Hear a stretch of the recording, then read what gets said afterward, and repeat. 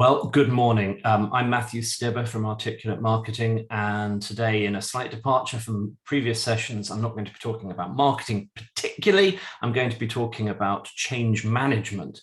And underneath all marketing projects, there is this sort of hidden iceberg of change management that you have to deal with. So there is some relevance to this. But I'm going to be talking a little bit from my own personal experience of the change projects we've been running in Articulate over the last 18 months or so. And this is a very much from the heart, a very personal session as I was preparing it this morning. Brought back some interesting memories and some fairly profound self-reflection. So forgive me if this is a little bit self-indulgent. Anyway, without further ado, I'm going to share my screen and I'll get started. Okay, so that is the subject, how to run a collaborative change management project. So I'm going to start with a personal story, like all the best TED Talks. I'm going to take you back in time, back to last summer, where I was having a profound shock, sort of come to Jesus moment about the state of the business that had always been successful and had grown and, you know, it was kind of fun to run. And I was working incredibly hard. I was incredibly stressed. And when I looked hard at it, our growth had stalled. Our profitability was declining to the point of being non-existent. And we were, you know, a few months into the coronavirus pandemic, which was causing everybody a lot of anxiety. And I did a lot of soul searching and I talked to a lot of people and I reflected very hard on the situation and realized some things, plural, needed to change. And it was a very, it was a big moment, I think. So that is the starting point of the story. What I'm going to tell you now is some of the things that we did together as a company to deal with that urgent need to change and reflect on what lessons I might share with you. So I set out, this is a very high level summary, I set out to implement a sweeping set of changes in the business. And thinking through what those changes needed to be, it itself took multiple months. So the first priority, and I think this is my first recommendation, is find a way to make space for change, space for thinking, space for reflection. And I'll talk a little bit about how I did that, how we did that. But we embarked on a mission to change all our tools and processes, our project management, how we managed clients, client account management, how we did sales, how we ran the business, moving from heroic individual leadership, you know, to use a sort of Weberian model, to a more collective corporate management team, senior leadership team, and creating a business plan and a process for management that was more professional. I think I realized, and this was probably the biggest shock, that I was the main bottleneck to progress. I was the barrier, not through any lack of character or intent or energy or willpower or hard work. But if the business needed to progress, I couldn't be the valve through which everything flowed. There had to be a broadening of the base. Okay, so I'm going to start with, this is probably the biggest reflective part of this. Change is really, really difficult. It's really hard. As a business owner, I think it's the hardest thing I have ever done. I've been self-employed since I was 18. I've run 70 plus people companies. I've done all kinds of stuff in my life. This last year, change management, by far the hardest thing I've ever done. And a little bit of a sort of insight into why that is, because of course you know, I don't know if anyone remembers Barbara Woodhouse, it's famous TV dog trainer. She said, you've got to train the owner, not the dog. I needed to change. So this is how CEOs like me think change happens, right? You know, you you're a heroic leader and you go, we're going over here, and everybody lines up behind you and sort of rolls their sleeve up. This is a famous cartoon from 1940 when Winston Churchill took over as Prime Minister in the face of the most extraordinary defeat and collapse and fall of France, and Britain stands alone and all of that.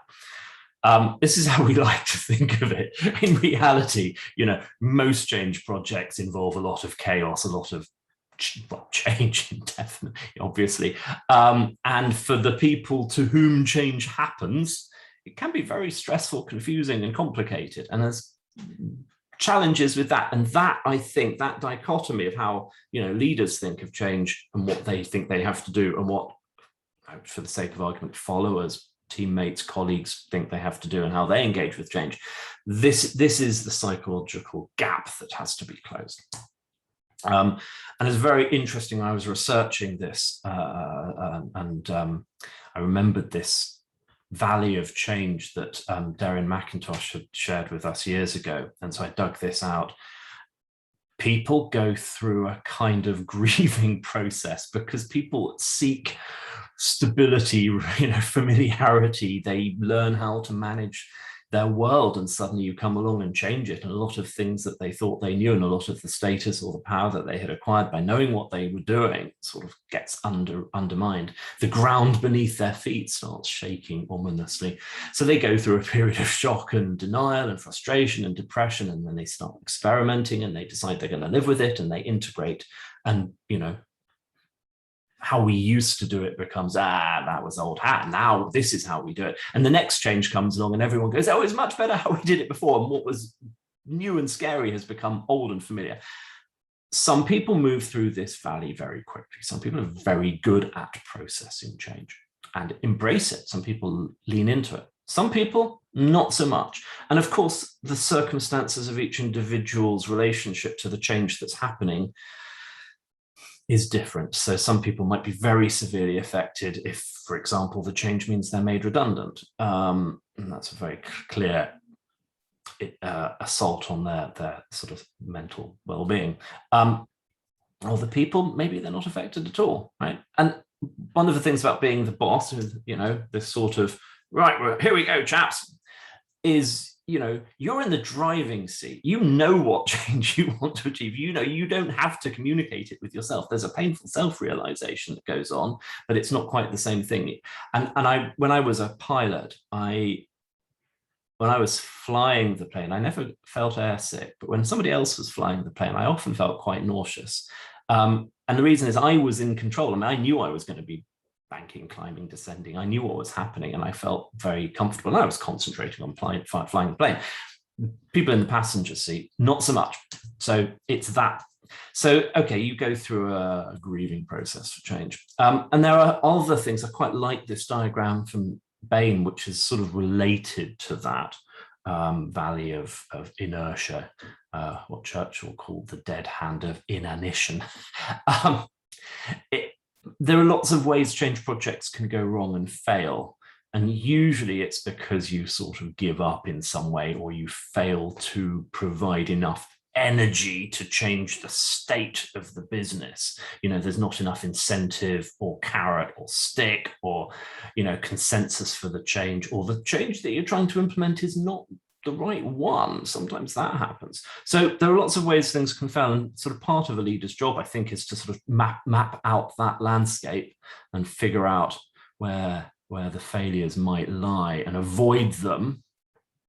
And that comes a little bit with experience and a little bit with consensus and building that collaboration and getting people's input. I coined the phrase good enoughism this morning. I quite like that. I think good enoughism actually can be a reason for failure. And we've got a situation in the business right now that I think is good enoughism. We changed quite a lot about how we did project management, and it sort of ticked all the boxes for the requirements. And yet it's very laborious, and it doesn't quite give the clarity and precision of, what are we supposed to be doing, who's doing what, when is it going to be done, those kinds of critical project management questions. We've got this really elaborate, complex project management thing. And we sort of accepted that in the interest of stability, we need to just stop changing it, or this is where we got to earlier this year. Let's just do this. And the situation we've ended up with is, I think, a little bit like, a car with the handbrake on, somebody in the driver's seat with their foot on the brake, 3 fat people in the passenger seat, and everyone else in behind is having to push this car forward. And it's just really hard work to make progress. Everything's just laborious. Everything takes extra steps, extra work. And so, when I talk about change and some of the sort of success propaganda later, remember that sometimes it doesn't work out and you have to change again, you have to refactor, and spotting those moments of when to leave well alone and when to reopen the case, that's quite an important leader decision. So this is what we did at Articulate. So the first thing was communicating the need for change. I'm going to see if I'm just going to stop Sheldon animating there because it's bugging me. So there was a meeting in June last year where I put my cards on the table, and it probably took me 2 or 3 months to get to the point where I knew what I thought the problems were, how I was feeling about it.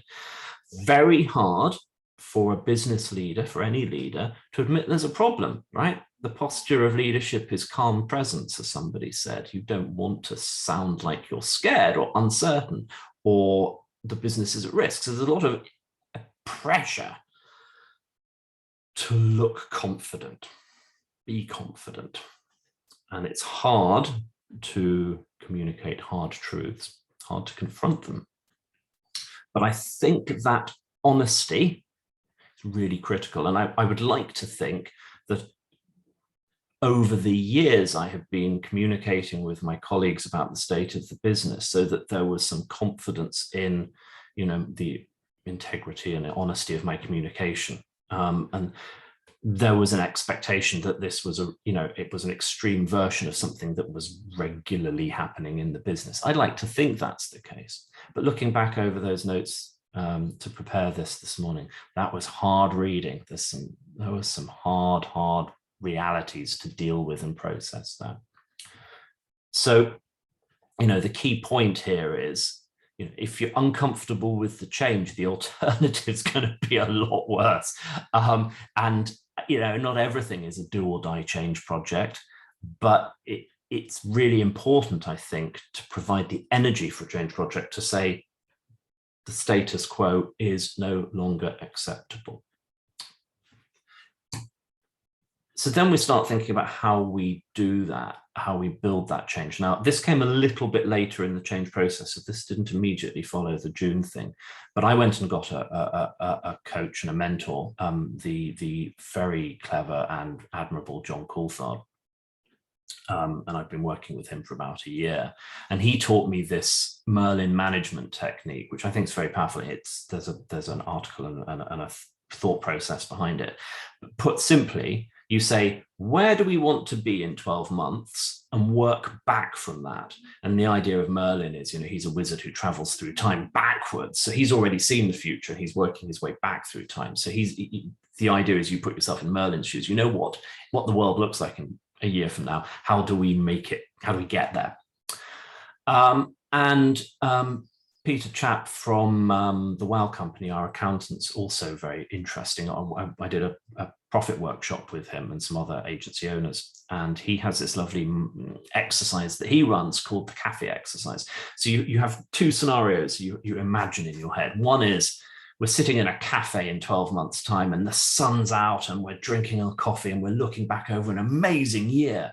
What did we do that made that happen? What changed? What was what brought us to that happy, sunny cafe? And the other scenario is you're sitting in the same cafe, but it's miserable and cold and raining outside and everything's gone horribly wrong. What didn't we do? What went wrong? What did we fail to anticipate? What mistakes did we make? And this cafe exercise is quite interesting. So we did this at the beginning of this year, so January, February, March, with the management team, the newly formed management team. We spent half a day a week on these kinds of exercises for 3 months. Just where do we need to get the business to? Trying to build that consensus of what the future state looks like. I've heard this described as is to be. what is now, what is the future? That's quite a nice way of thinking about it as well. Then you have to communicate that out in a way that is digestible and measurable and cascadable and all of that stuff. And so there are some formal mechanisms for doing that. I have come to realize that very long, wordy business plans and very long, wordy marketing plans don't really help, because they hide the decisions that weren't made, or they replicate the status quo in interesting but tedious ways sometimes.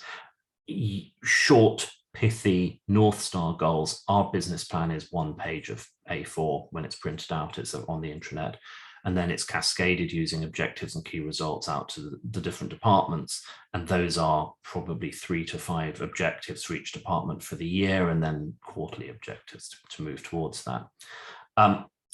During the big change project, the second half of last year and the beginning of this year, we also did, I did some various presentations to say, look, this is what we're working on, this is where we are, this is what we're, just to report back on progress.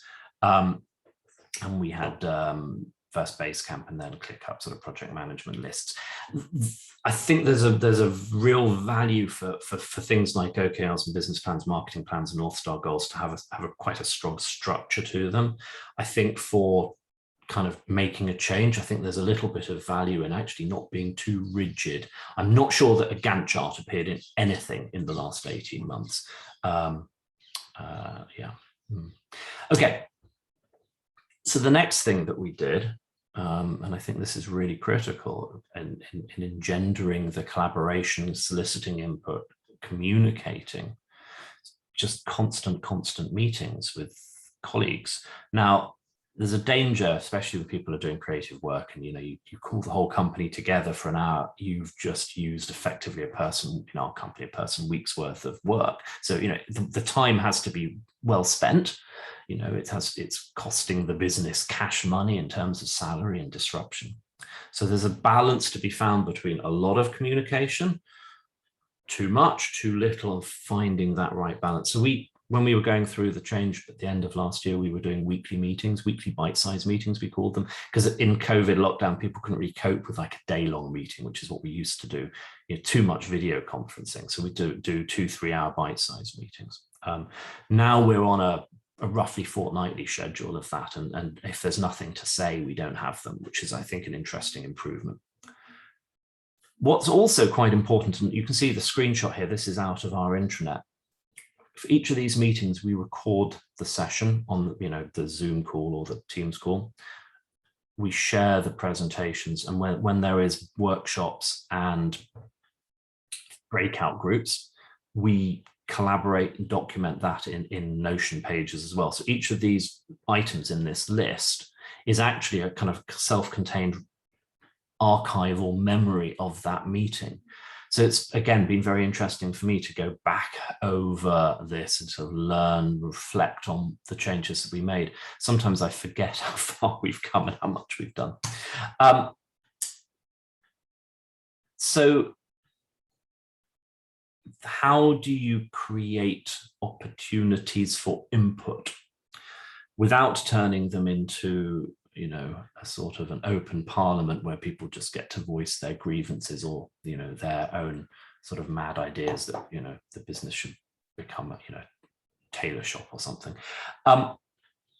And I think it's really important to give people an opportunity to comment, to engage, to reflect, to process, right? Because of that valley of change thing, it takes time. You've got to say the same thing 3 or 4 times in 3 or 4 different ways for some people to really absorb the message and get through that valley. Some people need to express themselves and opinionate in order to make that journey. Some people need to sit there very quietly and think about it to make that journey. Different people have different reactions. In that June Come to Jesus meeting, I opened the floor quite a lot, but I think it's quite important to put some guidelines in, like this is in scope for the conversation, but this isn't. And so a little bit of the leader's role in this kind of thing is setting those guidelines and also chairing those conversations, steering them a little bit so that when they go off at a tangent, you kind of go, yeah, that's really interesting. Let's put a pin in that, come back to that on another thing, but let's stay focused on the point. I think another thing that a good chairperson does, I find it hard because I talk a lot, but I've seen really, really excellent people chairing very complex, challenging meetings and do it extraordinarily well. They don't say very much, but they make sure everyone is heard, and they'll at the right moment call on people, or well, you've got a special expertise, what do you think about this? Or they'll summarize and play back key points. The other thing that we found consistently working really, really well with this is to have breakout groups. So Zoom and Teams, you have the ability to break people into rooms. People feel more comfortable expressing themselves with 2 or 3 people than they do standing up virtually in front of 15, 20 people and making an opinion. That's a psychological observation. So doing it in that way and asking people to go away and reflect and come back, it's a very, very, very effective way of harvesting a lot of ideas very quickly. And we found this technique extraordinarily useful over dozens and dozens of meetings. Okay, coffee break. So we also have set up for some projects last year and this year, employee working groups. So these are very specifically delegated areas of work, particularly around cultural issues or corporate social responsibility, if you like. So our B Corp work or our progress towards net zero or building out learning paths. And our CFO is very keen on formal terms of reference, guidelines, clarity about what's expected, what the outcomes are, how much time, who's involved, how it gets reported back, who gets to make what decisions. I think this is quite valuable. It sounds a little bit civil service and committee work. We don't use a lot of this formality, but for things like this, there's a real danger that they can go off on wild tangents, and we've seen this in the past where people have spent sort of like half a day or a day a week in a talking shop about something that actually over months didn't produce any work but absorbed a huge amount of effort, and things like that. So terms of reference are quite nice, quite a useful mechanism for doing that. And this kind of delegation of resources, time, effort, decision making to small teams of people who are not necessarily themselves in leadership positions is also extremely good management training. So it has additional value there. And then, we have these meetings and these work streams are going on, and, people are beavering away, for example, figuring out how to do project management better or evaluating project management tools or, whatever. And that needs to be reported back. And sometimes those changes they're not quite fully formed enough to be shared. So you need to find the right moment to communicate the change. Not too soon when it's still gestating, and not too late when there's no chance for anyone to have an input. Okay, so let's move on to lessons learned. This is a little bit more self-reflective. Your mileage may vary. I had a colleague who had a great deal of wisdom and had been in leadership positions in another career. And she said, Matthew, it's your job as the boss to decide where you want to go and what kind of company you want, right? You are the owner. It's your business. That doesn't mean, this is now me talking, it doesn't mean being a dictator. It doesn't mean controlling everything. And indeed, trying to control everything, caused me a lot of stress and overwork last year and didn't allow the business to progress. So there's a bit of this that's non-negotiable. This is the owner's decision, shareholders' decision, perhaps in some companies the senior leadership or the board's decision. But how you get there, there's huge room for collaboration and engagement in it. And I think finding that balance is a job of being a good manager, being a good leader. What's negotiable, what's not. I really like this book. If you Google him, you'll find videos of him. There's a sort of 10-minute cartoony version. There's an hour of him talking to Google. There's, he's out in the world. The book is worth reading. The videos are definitely worth watching.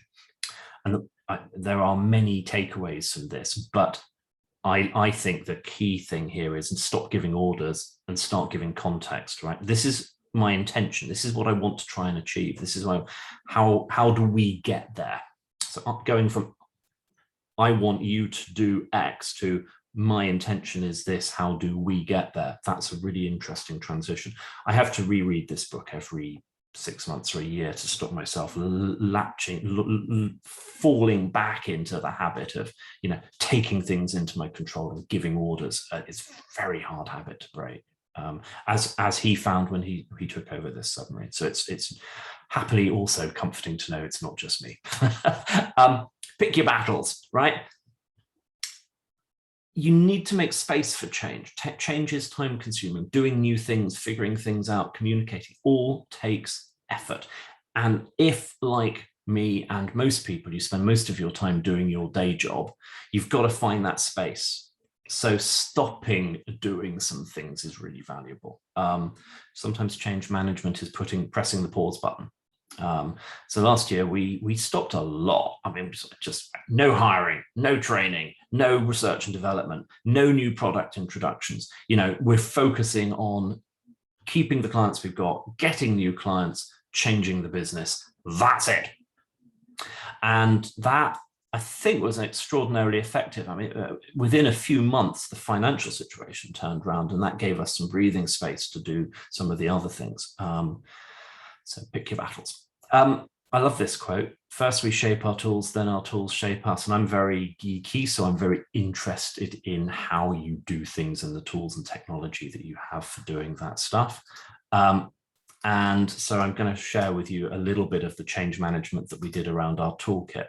And I was inspired by, just stop editing that. I was inspired by when I started my computer games company back in, the very late 80s, early 90s. I bought one of these and it cost thousands of pounds. It was a color inkjet printer. And I used it to produce proposals that then turned into game contracts that we then went and built. Now you can buy these for 50 quid in Tesco's, but at the time it was, very breakthrough technology, and other games companies were still doing game proposals and things on dot matrix printers, and we were doing these beautiful brochures. So I'm a great believer in technology, finding the right tool.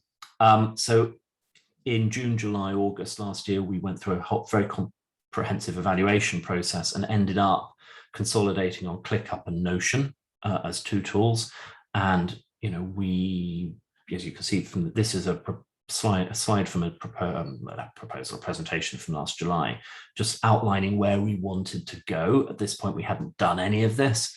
And now, as I say this in November, a year later, we have made that transition for all of this stuff. And I think on the whole, it's been very successful. Okay, another reflection. You can't make everybody happy. You can't make everybody happy in life. It's bad enough. You can't get 95% of the population to say they like vanilla ice cream, right? Just making people happy is hard work.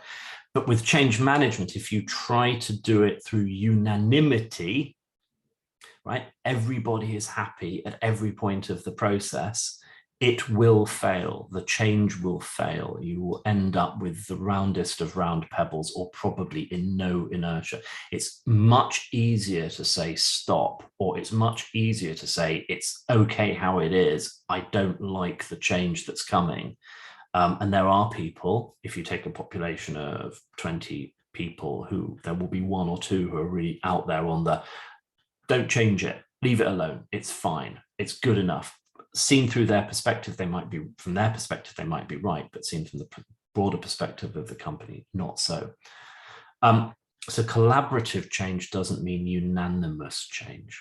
That's a really important understanding. And I think I'm hugely conflict averse. I do not like people disliking me. I do not like confrontation, right? So, I'm very prone to listen to the voice that says no, stop.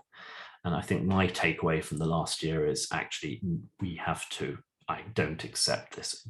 That means some people are going to be disappointed. Some people don't get the thing they wanted, or they don't get to stay where they were, stay happy. And as John says, stay fat, dumb and happy in the status quo. And that's kind of okay, actually. I set the destination, I make that decision. You help me decide the route, the journey, how we get there. If you don't want to come on it, that's fine. That's okay, actually. And I look back on the last 18 months, and there are definitely people here who are not here now who started on that journey with us. And it doesn't always mean they have to leave.